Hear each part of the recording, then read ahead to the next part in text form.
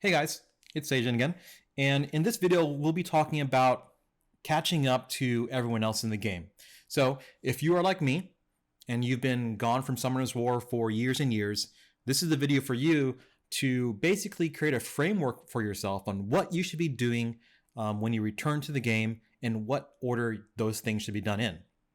And firstly, we need to define what catching up really is. Like, what does it mean to catch up to everybody else? Well, catching up to everybody else means having better rune quality and having better and more monsters. So, we can't do much about the monster quality stuff other than, creating free-to-play monsters or fusing monsters that are available to us. And, of course, summoning a bunch of monsters and hoping you get really, quote-unquote, meta monsters for use in PvE and PvP. But let's focus firstly on what's really important about catching up. And catching up is always going to be surrounding the idea of creating rune quality and rune depth. So to get runes, we need to have rune farming teams. And that brings up the next question, like what team should we make? What dungeon should we be farming first? Well, in my opinion, we need to focus on farming dragons B12. And what does that do for us? Dragons B12 drops guard runes. Guard runes are the defensive rune set that we'll be needing to put onto our Tri-Karu team. And you might have heard of this team before by just even reading Reddit or seeing in in game chat. It's pretty much the most stable way to farm dragons B12. But not just that. You can also use the same exact team to farm Necro B12 and Punisher's Crypt B10. So as far as time invested into the game and resource invested into this game, the return on investment is going to be best done investing into these three Ikarus. So the team is essentially going to be those three Ikarus, or what people call Tri-Karu, because there's three of them, and the lead of the team being Verd. So Verdohill is going to be the lead for many of our dungeon teams all over the game. So it's best that we put your best damage runes on this monster. So maybe you don't have. I'm currently using a rage set. This is my best rage set. It's not great, but it's the best of what I have, and I put the best of what I have on Verd. And it doesn't have to be rage. Let's say your best damage set is going to be Fatal Blade or something like that. Or maybe your best damage set is actually just a bunch of off sets of runes, just like 6 random runes that just have great stat efficiency. You can do that too. Basically, you're creating a Verd that has 100% crit and as much crit damage as possible. You don't really need that much speed. And you do want attack and ability to take a hit. So if you're looking at my defensive stats, which is plus 5,000 hit points, plus 300 something defense, this is enough to tank a hit in Necro B12 from the boss and still live, and that gets it done really reliably. And as far as the Tri-Karu stats, like I was showing them at the beginning of the video, they are going to be as follows. This is what I consider my better Tri-Karu, and these are like kind of the lesser Tri-Karus. But when you get back into the game, you're not going to have any of this. So what do we need to do first to enable us to use this team in all of these rune and artifact farming dungeons? Well, the first thing we need to do is level up our defensive arena tower. So it's this yellow tower here, and you can look at your level by going to the shop, going to the glory shop, and scrolling to the right until you see the guardstone. So mine is current level is 11. It adds 11% defense to all your monsters. Now, you might be saying, wait a second, isn't like the level cap for all of these glory towers 10? Like, did they increase the cap to 12? They didn't. And this really confused me at first too, because when I got back to the game and I was researching the Tri-Karu teams, they were basing it off of the old kind of leveling system of the towers, which was 1 through 10. What CompTOS did to make quote unquote leveling these towers easier is just creating 20 levels instead of 10, and then dividing the cost to level up by 2. So overall, the bonus is the same, but it's just that you can upgrade faster, so you don't have to save up thousands of glory tokens just to upgrade one level, because it could be kind of like, it's just discouraging, I assume, just like visually and mentally, just looking like, oh, I have to save up thousands, or instead you can just save up like 800, 1,000 when you get close to maxing out. But I'm only a little over halfway leveled up on my guardstone, my defensive tower. If yours is already maxed out, that's great. That's perfect. You have, when your guardstone tower is maxed out or really, really high in level, that gives you the ability to use less defensive based runes on your Trikaru teams, and thusly you can use more offensive runes. Like, you don't have to run 3 sets of guard. You can just run, like, you can even do like a rage guard set or something along those lines, something to get more damage out and thus decreasing the time it takes to clear the dungeon. You can find out all the calculations needed for your Trikaru teams, and that's also including your guild level and your defensive tower level on Reddit. Just Google Trikaru team spreadsheet or Trikaru calculator or Trikaru Reddit team, and you'll have a lot of resources at your disposal, so you can understand what you're aiming for down the line. So realistically, like, how long is it going to take you to, let's say, level up your guard tower, farm all your monsters for your Trikaru team? It's going to take maybe a month-ish, month and a half-ish, if you're spending all your resources efficiently, spending a little bit of money as well. You can get there in less than 2 months. That's what I did. And I didn't even know about it at first until one of my guildmates said, hey, why don't you have Trikaru? And I was like, what is that exactly?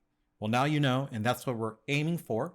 But what are the steps between re-entering the game and running your Trikaru team? Well, firstly, it's of course raising your defensive tower. But other than that, we need to create a team that can do dragons B12 without being a Trikaru team.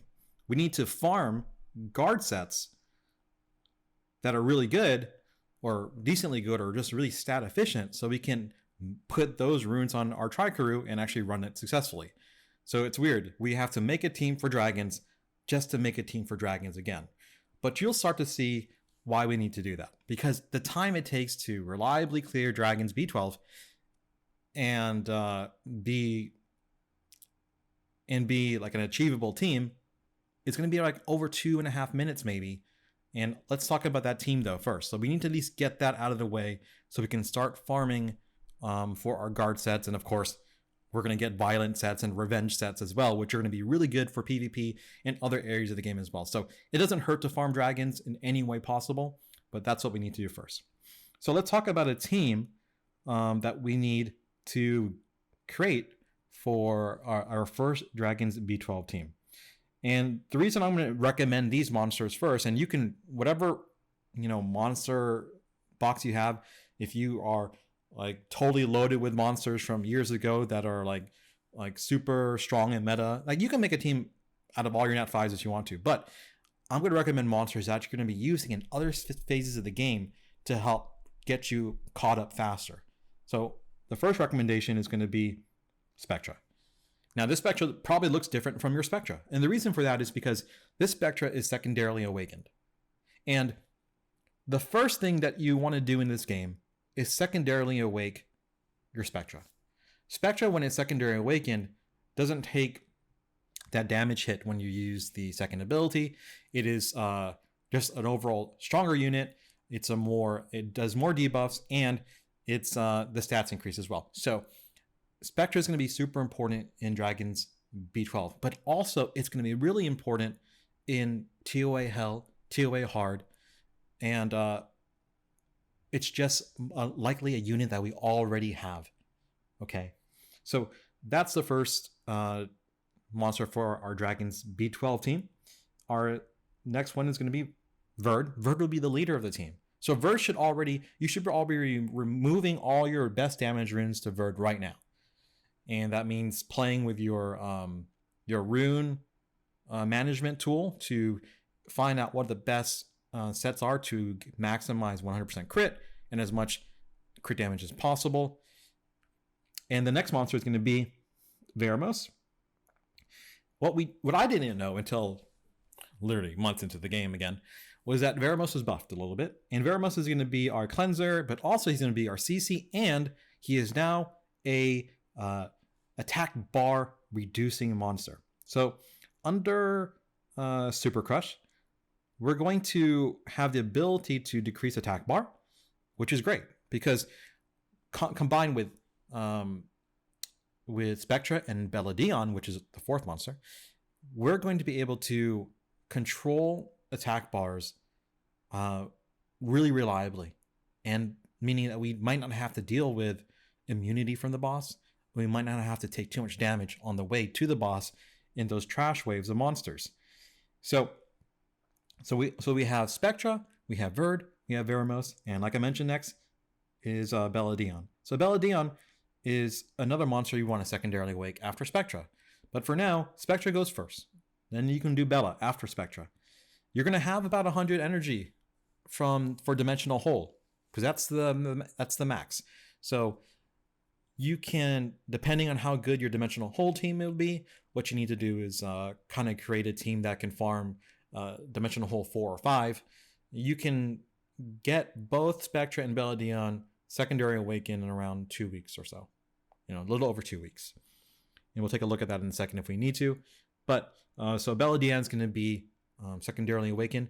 And the reason for that is, well, he has now the ability to also reduce attack bar, which is great. So also Belladion's going to be your healer just in case anything happens. He's going to be your buff remover in case immunity does come up, and he's going to be one of the sources of defense break. So what is that other source of defense break? Well, it's going to be Lauren. So this is the like cowgirl. This is the stuff that people say all the time when you're in a game chat. Someone gets a cowgirl secret dungeon. Everyone says run. That's the monster. You probably already have it. If you don't, you can farm it. It's free to play. Lauren's abilities, they all reduce attack bar as well. Her second ability can remove buffs. So you have a lot of overlapping effects. So buff removal, defense break, and attack bar manipulation from these monsters. They're all going to be reliably getting you dungeon runs, if they're ruined decently, in around 2.5 minutes. And let's see one of those runs now, so I can show you that it does actually work, and the monsters are very effective, even with my crappy runes. And I'm not really one to like manage turn order. It's just things that make sense. Like, you want your Spectra to be fast. You want it to be fast, not just for Dragons B12, but if you want to do TOA hell with your Spectra, you need a lot of speed. And I use crit damage as my 4-slot rune as well. But the speed is because in TOA hell, the monsters are very, very fast. They're very, very quick. So having all your monsters be eventually fast for TOA hell is, of course, recommended. So this is a team that we're going to use to farm for guard runes. When there's no point in time that I can tell you that, oh, you could now move over to Tri-Crew once all your Tri-Crew are secondarily awakened. It's really going to be dependent on your guard tower and how good your runes are on your Tri-Crews. So you can farm guard sets from Dragons and put 3 sets of guard sets onto your Ikaru. That's what I did at first. But if you happen to have any determination runes that drop from the Rift dungeons, or determination runes that you craft, you can use multiple sets of determination runes to lower your overall need for defensive stats from your Ikaru. So if you happen to have them lying around, and actually, I was lucky to craft slot 1, slot 2's determination that were really usable for my Ikarus, and I can show you in a second.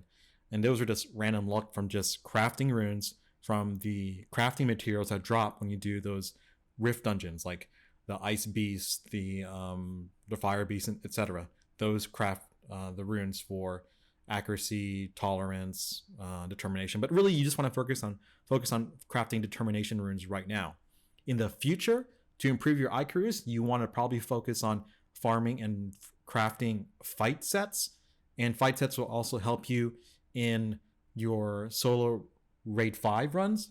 So right now, determination. Then as you progress back into the game in a couple months, you might want to switch over to crafting fight runes and looking out for fight runes in any way you can. Meaning, like if you're doing labyrinth, when you choose like a rune set or a grindstone set, think about fight, think about determination. Then of course think about violent and stuff like that. So we did successfully kill in as I figured, in around 2.5 minutes. Now the best time you see below that in the top right hand corner is 1 minute 3 seconds. That's my Trikaru run. That's really not a great Trikaru run, but it's very reliable, and it's of course less than 50% the time it takes to do it with this team. So Trikaru is a big upgrade, and if you have a lot of sources of energy, or if you're spending money to refill in this game, then you want to be able to do it quicker. And Trikaru will get you there. You probably could find Trikaru teams that are really, really well ruined, that will get the dungeon killed and cleared in about 45 seconds, 50 seconds for a Trikaru team. That's amazing. But if you can get somewhere in the low minute time, that's going to be ideal, and it'll improve your ability to farm for runes by over 100%, because you'll be doing 2 runs in the time it takes to do 1 run in a kind of safe, free-to-play-ish team from many, many years ago. This is probably a team we've seen 4 or 5 years ago or something like that. So we finished that, and it works. So the idea is to get as many guard runes, violent runes, and revenge runes. You don't really want to focus on keeping too much of indoor focus unless they're like legendary runes. If they're legendary runes, you can keep them, maybe skill them up a little bit if they have speed, but your focus is on keeping purple runes that are guard, and purple runes that are violent, purple runes that are revenge, and of course if they're legendary, keep legendary runes of almost anything, especially if they have speed, because you want the opportunity to have as much speed as possible. Also, when it comes to determination sets, I just want to touch on that a little bit more. What makes it really efficient to farm determination sets are the new daily challenges. So under the daily mission or daily challenge, you have always one type of rift beast to farm that gives you back resources. So for example, today's was to clear the ice beast 10 times. And of course it costs like 9 energy to do so, but they give you a refund on the energy, so it's cut in half as far as the cost to do it. So that's something I really recommend as well. Sorry about the group text there. Okay, so what does it mean to craft? Like if you're not familiar with crafting determination runes, like when you're doing these craftings, you just have to go to your craft building. Again, it looks like this craft building. You want to craft a high rune, and you can select determination, and you'll see the materials are ice and water crystals and light crystals. So the ice beast and the light beast, and you'll see the ratio being more towards the ice. So 3-to-1. You want to be farming more of the ice and then a little bit of the light, but farm whatever you can. And the cost of the condensed magic crystal are pretty high. So unfortunately, it's not super efficient to craft determination runes. So I would say is if you have materials, craft them. Great. If not, don't worry about it. You can get through Trikaru at first with just pure guard runes or really effective DPS sets with defense on slot 2 and defense on slot 6. Sometimes, or it can even have defense on slot 4 instead of like crit damage or something like that. Just really dependent on what runes that you have. So we talked about the entry level DB12 team. So so you have that already. Get that going as soon as possible. You should be able to start doing that reliably in a couple weeks, if not already. Okay. Then you want to start working on your Trikarus in the meantime. So after your Spectra and after your Bella Dion is secondarily awakened, you'll be awakening your Trikarus. Let's find, where is the Trikaru? I don't even know offhand where that is. maybe it's no. Give me a moment here. Is it really the first one? I'm gonna find it. So when you want to secondary awaken your monsters, like what kind of teams are we talking about to secondarily awaken a monster? That's a good question. Like I didn't really figure it out very fast, unfortunately. But to secondarily awaken a monster, this is the teams you want to use.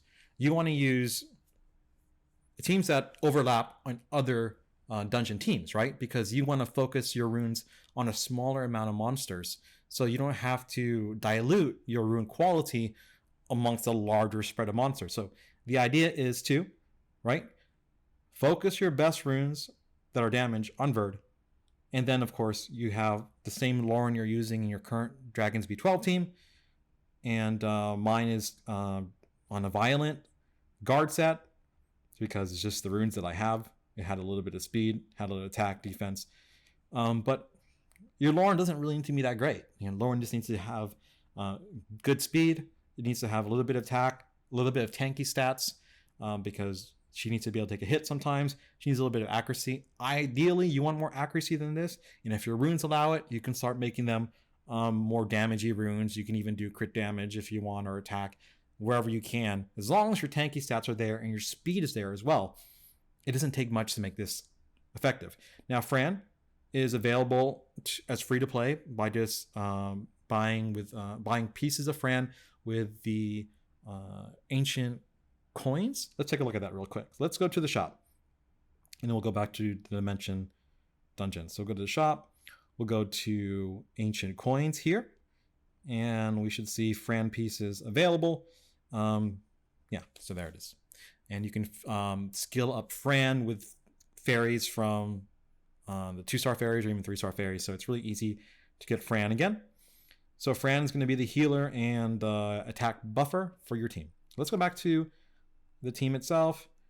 So under Cars and Remains, this is the dungeon you'll be creating your Tricrews at. I just happened to last create Crow.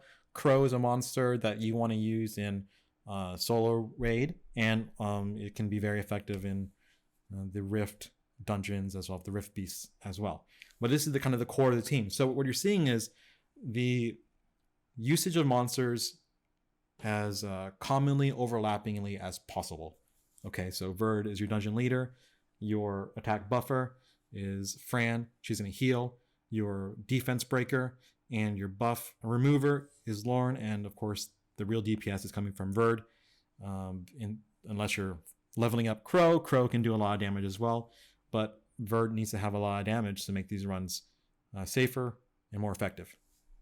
Now, let's talk about... we'll just do a run with a Tricrew just to show you guys. What's really important with Dimensional Hole Energy is that, as you notice, it takes a long time to recharge Dimensional Hole Energy. It's, 10 a day? Like 1 every 2 something hours? It takes a long time to build up Dimensional Hole Energy. That's why you really need to focus on leveling up the first 5 monsters, secondarily awakening your first 5 monsters, and those being Spectra, Bella, Dion, and your 3 Icarus. Now, after that, what do you do? Like, what do you use your Dimension Hole Energy on next? Well, the first thing thereafter you want to focus on is using Dimensional Hole Energy on killing the Dimensional Predator. So the Dimensional Predator is like a monthly one-time dungeon that drops really, really good ancient runes. These are legendary ancient runes that you get to choose from, like a batch of 6 or something like that. These runes have always been very, very good. There's always at least 1 or 2 really good runes, and you need to get those every month. The great thing about the Dimensional Predator, and it's currently down, so I can't show you, but you can watch some videos on YouTube. Just look up Dimensional Predator teams, and even just Google that on Google to find maybe some Reddit post that shows you a recommended team. But that's what you want to focus your Dimensional Energy on after secondarily awakening your monsters. So let's say you already clear your Dimensional Predator for the month. What do you do next?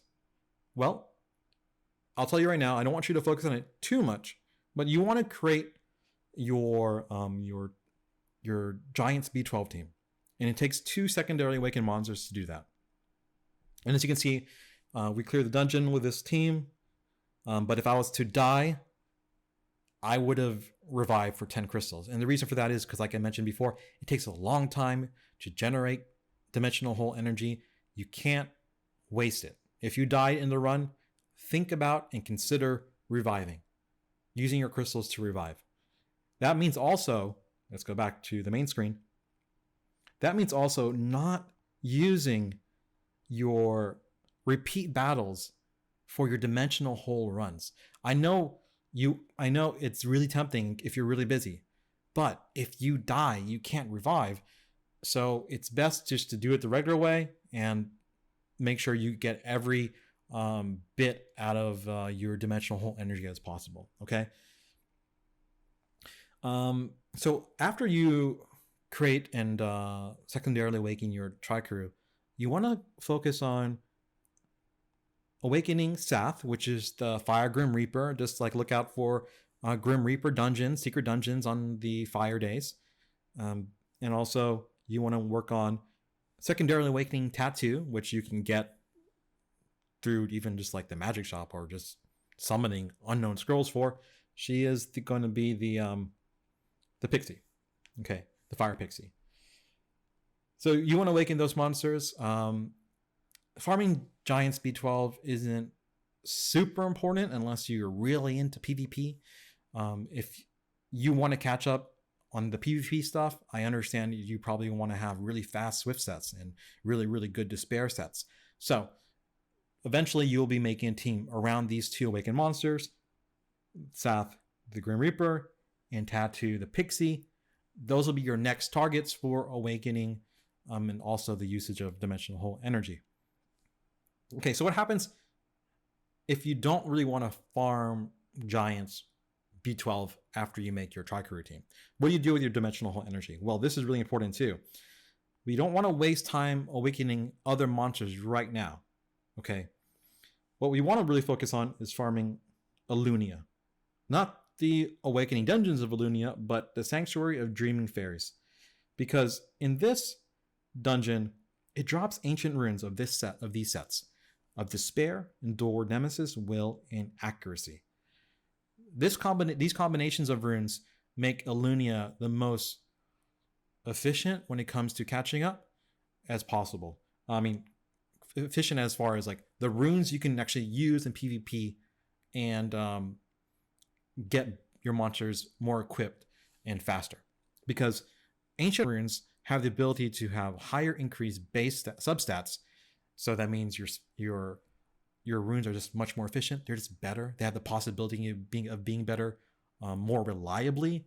But also, having ancient runes as targets of reappraisals means you can have more reappraisals per month because you get 3 reappraisals stones from crafting per week, and then you get 2 ancient reappraisal stones from crafting per week. So that means you have 5 reappraisal stones that you can use. But if you have no ancient runes, then you can't reappraise any ancient runes. It's kind of a waste, but you can still craft those reappraisals anyways. So what's a reappraisal target? Reappraisal targets are going to be runes that are probably from Dimensional Predator, and I'll show you a Dimensional Predator rune so you can kind of understand what I'm talking about. Let's see if I can find it. Is it on my Bernard? It's not. I don't know where it is right now. Let's see if we can find another one. Okay, so this was a Will rune that was dropped 2 months ago from Dimensional Predator. Most people chose this one. It has speed, crit damage, defense, and crit rate. So I didn't need to really reappraise it. I didn't want to. I'm using it on my Grogan for arena offense.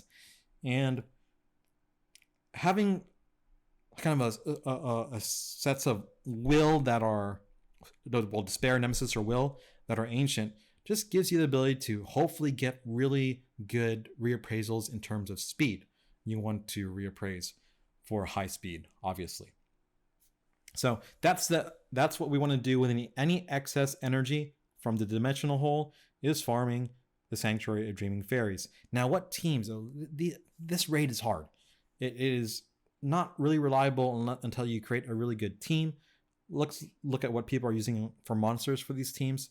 Feng Yang being a defense breaker, and of course wind. You want to use wind against a water boss or water monsters. It's mostly water in that dungeon on the 5th level. So you're seeing basically all wind units. Feng Yang, Savannah. Chasen is probably going to be the healer you want to use a lot, but Riley, I don't think Riley's on this list yet. No, because she was just released, but Riley is the fusible wind totemist. Riley would be great in this dungeon for healing and attack buff. Yen is going to be a really good damage dealer for this dungeon. So if you don't have these Nat 5, Savannah or Feng Yang, make a Yen. That's one. Okay, but maybe you don't have Yen. Well, use whatever wind units you can and see if you can make a team out of them. I currently use, let's see what I'm using here. Go back into it, battle. I'm using the Wind Monkey King, Feng Yang, Ritesh, and the Totemist. This is not the most efficient. It's not the most fast team. A fast team would look something like this that I'm currently working on. Orochi, Bernard secondarily awakened. What else should we put in there? I think you can put Chasen for attack buff and healing, and Yen. So this is a team that could go right towards each boss. So there's 3 phases of the boss. So each phase, if your runes are good enough and fast enough, you can kill a boss 3 times in a row without having to worry about too much of the side add-on monsters. But this could be like an ultimate Illunia team. Use what you have for now. If you can't farm Illunia 5 reliably, maybe you can start working on awakening other monsters if possible. Or maybe you take so many Predator runs that you don't have much energy left anyways. That's a possibility. And it's a possibility for me too, because my runes and monsters were not really ideal for Predator because I wasn't really researching on what I should do. But when it's your turn to do Dimensional Predator, please look into teams that are very effective based off the requirements and the restrictions for that month's Predator. So our energy is going to Illunia when we can, right? Let's talk about Arena really quick. So let's go to the regular Arena. So what we really need to create, we really need to farm a lot of Arena to level up our towers, because if you've been gone for years from the game, your towers are most likely really low. And so what do you do to farm as much glory tokens as possible? Of course, I mentioned from the first video is to make sure you have all the daily packs so you get an extra glory token upon completing a match in Arena. Regardless if you win or lose, you'll get 1 extra. And you want to be able to farm quickly and not slowly. So what does that mean? Well, essentially what you want to do is you want to hit defenses that are not very good. Unfortunately, in my rank, I don't really have easy to clear Arena teams right now. But how do you make it so that your teams are very effective in clearing Arena quickly? Well, you want to stay really low in rank and you want to be somewhere like in Fighter or Challenger ranks. So you're fighting against either like really badly ruined monsters, or sometimes you'll find people who are farming for Arena. So what does it mean to farm for Arena? I don't have a good example to show you, but if you ever find someone who has just 1 monster on defense, then you kind of are going to understand that that person wants to farm Arena points, and you can farm it with them. And what does that mean to farm it with them? What that means is you can actually just trade revenges all day long if that person is active. Or if you find multiple people with one monster on defense, trade revenges with them under history. Just trade revenges with them back and forth. So you're making sure you're always using your Arena energy. You want to use all your wings whenever they refresh all the time. Okay, so when 1 refreshes, use it. When 1 refreshes, find another match. Do another revenge. Because you want to try to get 40 matches in a day or something like that. So you're really efficient in getting your wings turned into glory tokens. If you're so inclined and you have the money to do so, I would even recommend refreshing your wings, buying more wings through the shop, and that way you can do more matches and thusly level up your Guardstone high as possible, so you can get into Trikaru as quickly as possible and thus get into better runes. But also, if you're doing this consistently for months, you can level up your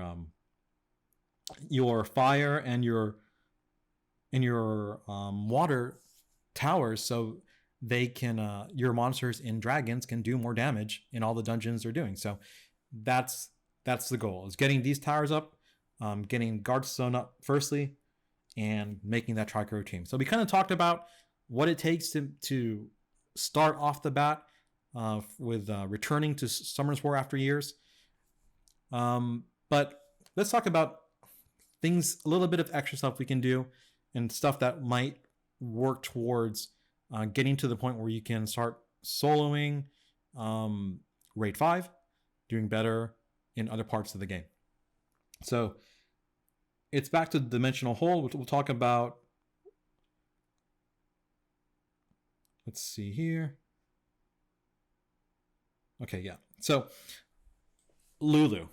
Now, if you've been gone for years, you haven't had the chance to experience Lulu being that overpowered PvP unit where you can cleanse and heal like every other turn. That was nerfed, so it's like every 2 turns. But I actually never used Lulu because, well, I never built Lulu until like a week ago. But Lulu is going to be great for your solar raid. So Lulu can heal, cleanse, and provide immunity. So let's look at Lulu real quick. Here's a Lulu. My runes are trash on Lulu, but they're all fight. Well, 2 sets of fight.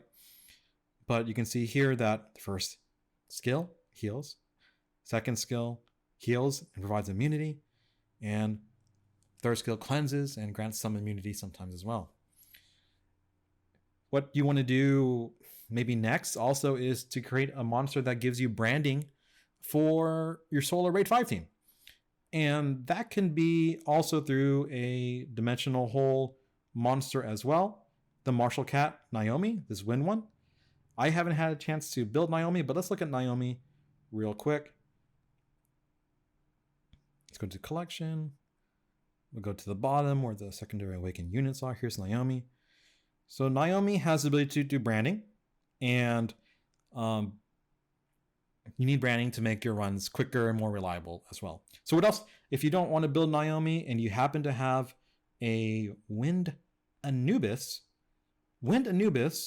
or Ayunu has recently been buffed and has this cool ability to revive itself and apply branding. So if you die, or if this monster dies in Raid 5, he can actually revive and apply branding again, regardless if it was on cooldown or not.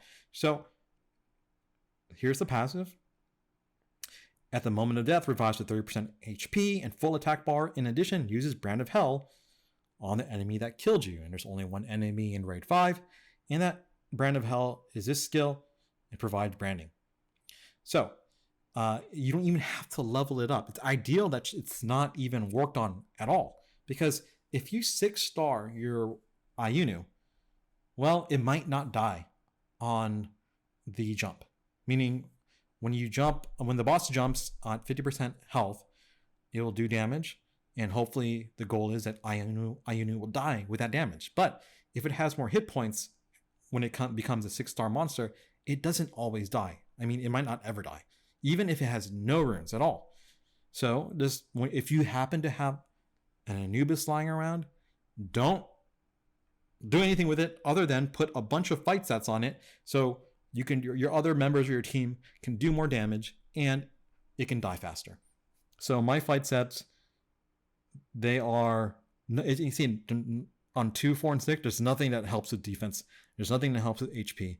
It's speed, it's crit rate, and it's accuracy. It's only because that's what I have. I have fight sets.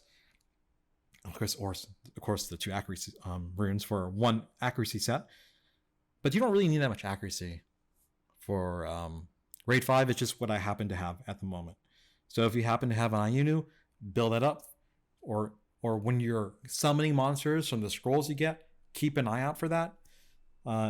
What you also want to do eventually is secondarily awaken this unit, Shaman. So Shaman is going to be great for TOA Hell, TOA Hard, where there's bosses of the dark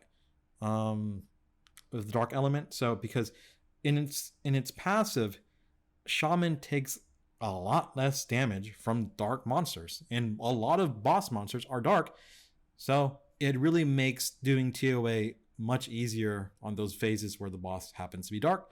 I also use Shaman like in guild content, like if you want to tank a Ragdoll, or if you want to tank a Gianna, like if there's monsters that are dark, this is an easy way to get wins in guild.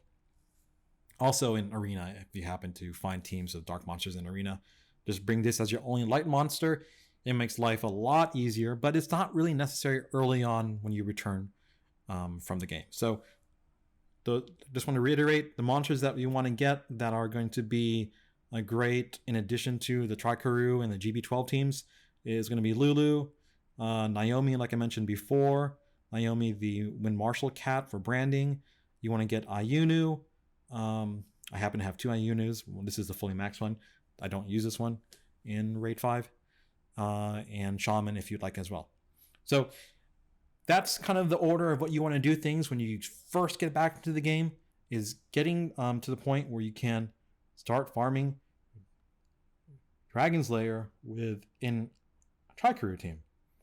So we'll do a quick Tricuru run so you can see kind of the difference of this compared to the run we did earlier on in the video, where we were using kind of that free-to-play team that actually was a team that people were probably using many years ago. So that's it for this video. I'll be coming out with another video as far as what it means to catch up when it comes to PvP and being efficient in that sense, and using maybe less popular monsters that allow you to be more effective with less rune quality. Okay, so we'll let this run finish up, but I appreciate you guys watching the video. I know these videos are kind of long, it's almost like a podcast because I'm just kind of rambling, but I really found these tidbits of information really helpful for when I returned to the game. Unfortunately, they weren't condensed into one easily digestible source. So that's why I'm making these videos, because I'm actually having a lot of fun farming for runes. I'm having a lot of fun building monsters. The PvP can be a little bit fun sometimes, but the 2 versus 2 PvP is a lot of fun. So if there's anything you should try when you get back to this game, is when you get back to this game, try a little bit of 2 versus 2 PvP, because I think you'll have a blast, because it's not so tilting like 1 versus 1 is.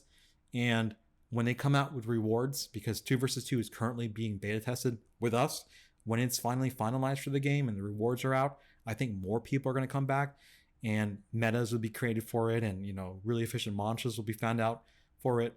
But for now, it's a lot of fun because people are just testing things out and just having fun. So that's all for this video, and you can see the Tricuru team is about 1 minute 24 seconds faster than the other team. So that this is your first goal, is getting this team created as soon as possible.